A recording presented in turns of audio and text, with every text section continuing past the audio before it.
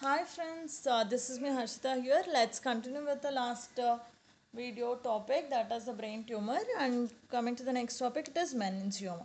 Meningioma is a benign tumor. It arises from the meningioendothelial cells of the arachnoid. So peculiar features or important features of meningioma are dural tail sign positive, sunrise specules are present, and it is a tumor with calcification. As I said in the previous video, there are three tumors which are of which there are three main brain tumors which has calcification, which can have calcification in it.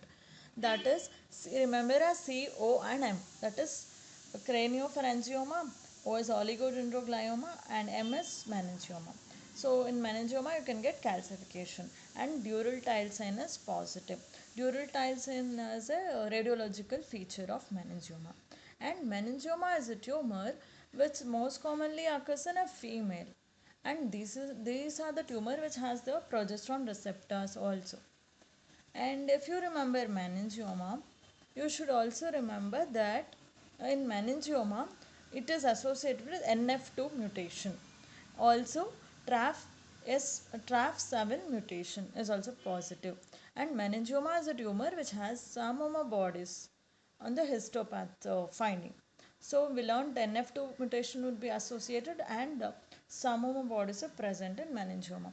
Now let's learn few points about some bodies and few points about NF2. Coming to NF2, NF2 is a misnomer in fact, because there are no neurofibromas in NF2. NF1 has neurofibromas, whereas NF2 is a Merlin defect with the characteristic features which the mnemonic being Miss Me. Miss Me is Merlin defect, and it is known as NF2, and the chromosome is 22. Everything which surrounds around 2. Miss Me is NF2, chromosome 22, and it is a Merlin defect. And coming to the what are the features associated is, remember this way, like Miss and Me. MIS, that is multiple inherited schwannomas. Me is meningioma and ependymoma. Ependymoma and meningioma, schwannoma, everything is something which lines. Schwannoma is something which lines the neural nerve sheath, nerve. So even meninges lines the brain, ependymal lines the ventricle. So Misme is basically everything related to the lining. So these are the features of NF2. Coming to the Samoma bodies, you should remember what is Samoma bodies first, and let us later learn what are the tumors associated. Tumors will show Samoma bodies in their histopath finding. Samoma bodies are concentric basophilic structures that are believed to be a sign of dystrophic calcification.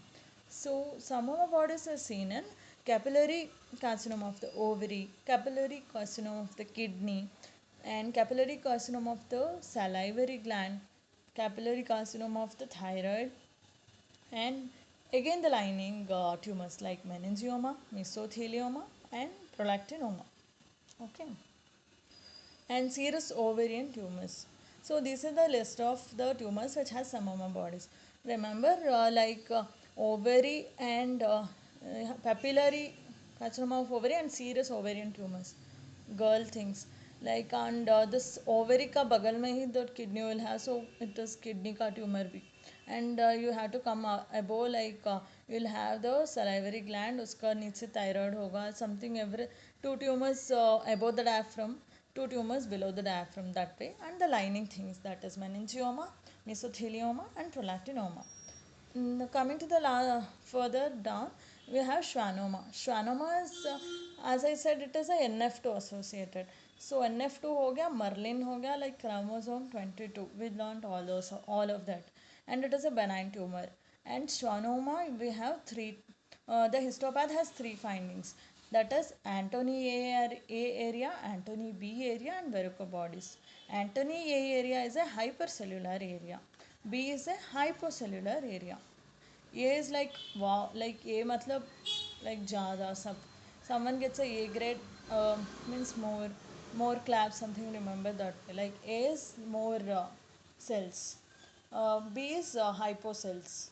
Verruca bodies are the nuclear free zones in the Antony area. So these are the characteristic feature of the schwannoma on the histopath. And you should know the malignant counterpart of the schwannoma is known as MPNST, that is malignant peripheral nerve sheath tumor. So this is all about the schwannoma. Coming to the next one, that is craniopharyngioma. Craniopharyngioma is once again a benign tumor, and it is a tumor most common in the children, and it is one of the tumor in which the calcium deposits was present. So CO and M, that is craniopharyngioma, oligodendroglioma and meningioma are the brain tumors which has calcification in it. And craniopharyngioma is a tumor of supracellular suprasellar sorry suprasellar that is sella turcica का होगा ना उसका ऊपर this is a tumour which is present in that space, and this tumor arises from the Rathke's pouch from the epithelial remnants present. So the treatment aspect for craniopharyngioma would be transsphenoidal excision. And the craniopharyngioma, the features with which the patient may present to you would be endocrine related abnormalities like growth failure hoga, like delayed puberty, diabetes insipidus.